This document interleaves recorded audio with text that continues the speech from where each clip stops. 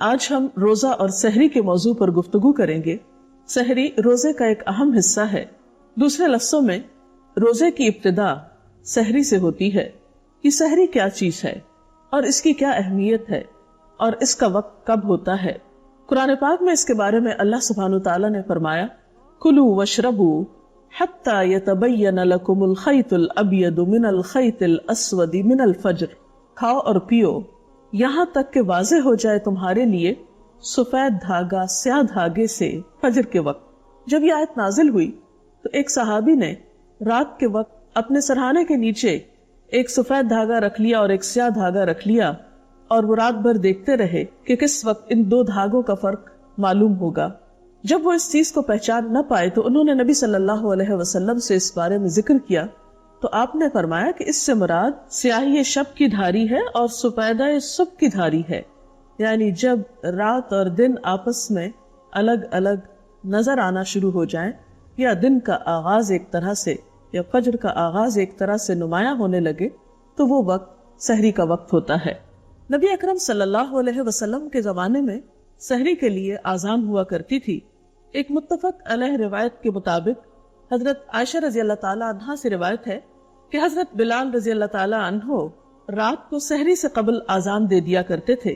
چنانچہ آپ صلی اللہ علیہ وسلم نے فرمایا کہ اس وقت تک کھاؤ پیو جب تک کہ ابن ام مکتوم آذان نہ دے دیں، اس لیے کہ ابن ام مکتوم ایک صحابی کا نام ہے، اس وقت تک آذان نہیں دیتے جب تک فجر نہ ہو جائے۔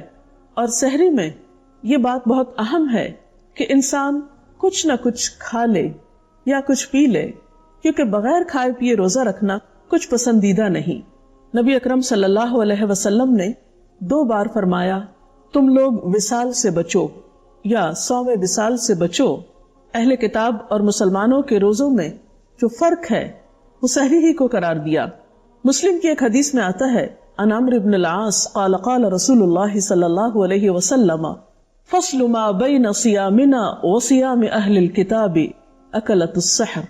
حضرت عمرو بن العاص رضی اللہ تعالی عنہ کہتے ہیں کہ نبی صلی اللہ علیہ وسلم نے فرمایا کہ ہمارے اور اہل کتاب کے روزوں کے درمیان سحری کھانے کا فرق ہے۔ اور پھر آپ صلی اللہ علیہ وسلم نے اس کی مزید تاکید بیان کرتے ہوئے فرمایا کہ سحری کھانے والوں پر اللہ تعالیٰ کی رحمت نازل ہوتی ہے۔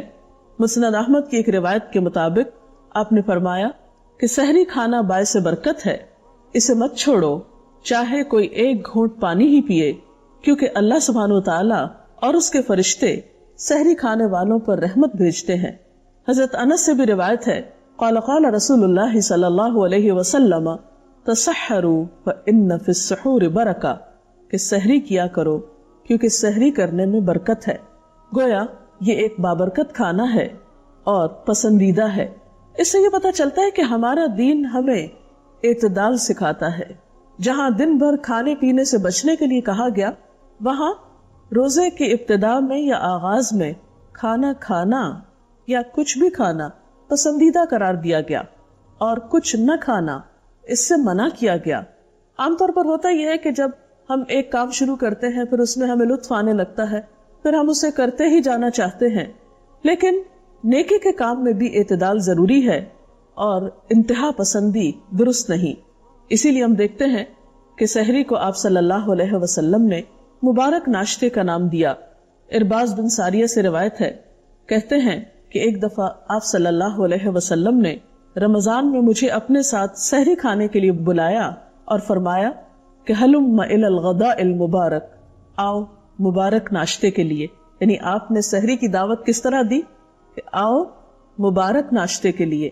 سحری آپ کسی بھی چیز سے کر سکتے ہیں، باقاعدہ کھانا بھی کھا سکتے ہیں، کھجور بھی کھا سکتے ہیں، دودھ پی سکتے ہیں، پانی پی سکتے ہیں، کسی بھی چیز سے آپ سحری کر سکتے ہیں، لیکن سحری کے وقت کھجور کھانا پسندیدہ عمل ہے۔ عن ابی ہریرہ قال قال رسول اللہ صلی اللہ علیہ وسلم نعم سحور المؤمن التمر، آپ نے فرمایا کہ مومن کے لیے بہترین سحری کھجور ہے۔ اب سحری سے متعلق کچھ چیزیں ایسی ہیں کہ جن کا ہمیں خیال رکھنا چاہیے۔ عام طور پر بہت سے لوگ صرف سحری اس لیے نہیں کھاتے کہ وہ صبح اٹھ نہیں سکتے یا ان کو اٹھنا مشکل لگتا ہے۔ تو ظاہر ہے کہ اگر ہمیں یہ معلوم ہو کہ سحری کھانے والوں کے لیے فرشتے دعا کرتے ہیں اور یہ ایک بابرکت چیز ہے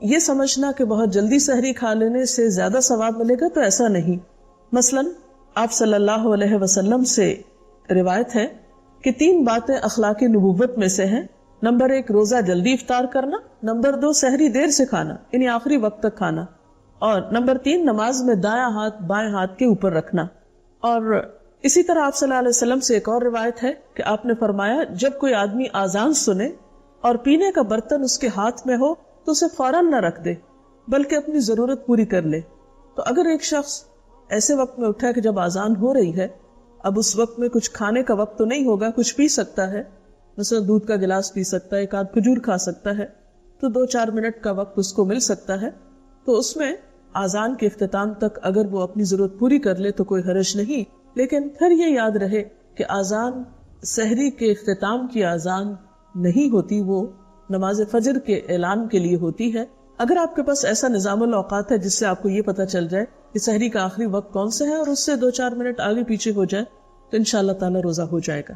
اگر کسی وجہ سے سحری نہیں کر سکے تو کیا سحری کیے بغیر روزہ ہو سکتا ہے؟ جی ہاں، بالکل روزہ ہو جائے گا. اگر آپ نے رات کو سونے سے پہلے یہ نیت کی تھی کہ صبح میں روزہ رکھوں گی تو انشاءاللہ تعالی اگر سحری نہیں بھی کھائی تب بھی روزہ ہو جائے گا.